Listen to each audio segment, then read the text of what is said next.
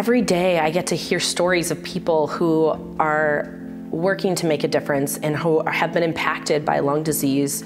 And so getting to work with them and getting to know their stories and to help them through their journey or help fund more research to make lives better for other people. So they took a scan of my chest and then they saw the thing on my chest, but my pulmonary artery on my right side on my lung. I would say I didn't think about lung health particularly before my mother's diagnosis. I was 43, it was a big surprise for me because I've never smoked a day in my life. And I mean, I've been around smokers, but you know, and so I was a pretty healthy person, pretty active. And so that was a big surprise. That was the last thing I thought I was gonna hear that night, so. My father had lung cancer. He passed of lung cancer in 2008. Finally did trace it. I mean, the doctors were like, either you have the worst luck in the world, or because you were over in Afghanistan, in Iraq, with the burn pits. I've lost a few friends to cancer, like they died in their early 20s.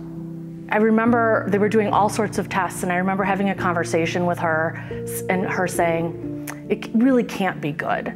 They haven't told us anything, but they're scanning my head now. This super tough guy, so he drove a bus. That's what he did for a living. And he drove all the way up until a month before he passed because he didn't have the education to understand that he really had lung cancer and it had metastasized. If you would have asked me 2 years before I got diagnosed in 2018, 2 to 4 years before, if you would have said, oh, have you heard so-and-so's got stage 4 lung cancer? I've been like, wow, 6 months a year, that's all they have to live. Her prognosis was very poor, and that with treatment she had, I think it was like 3 to 18 months to live with successful treatment at that time. The odds of me surviving were in single digits. So at first they didn't want to do surgery because they're like, it's a waste of time. Like, he's not gonna survive anyways, so why do it? But they found a doctor who was like, I mean, if he dies one way or the other, who cares? You know, let's get it out, and if he survives, great. He's, you know, you think he's gonna die, let's just do it. I was very blessed that I had non-small cell cancer in my lung, and I qualified for immunotherapy. So for me, I never even had to have chemotherapy. I was completely treated with immunotherapy, and that was actually where my own immune system helped fight the cancer. Changing our perception of thinking like, did you smoke?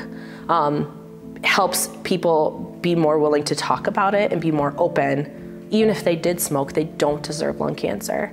And that's the only way that we're gonna make progress. They removed my whole right lung, and 4 years have gone by, and here I am still, so. Number of changes that have happened even since my mom passed away 23 years ago is incredible. When you look at all of the immunotherapy and other treatments that are there. You know, all the people that are sick, one is one thing, right? Healthy people have all the dreams and wishes in the world, right? But all sick people want is one thing, to be healthy. I wanted my life to be meaningful from here on out. I figured I'll help the firefighters as much as I can as well. Because we got young kids that don't, you know, care about their lungs, but they need to know. Because you can be in my position if you don't. So I went from stage 4 lung cancer to no active cancer in 6 months, which is a miracle, and I truly owe that to all the people and all the research that were before me that maybe didn't get this chance. You know, I'm exhausted at the end of every day with a smile on my face. That's what's rewarding about it.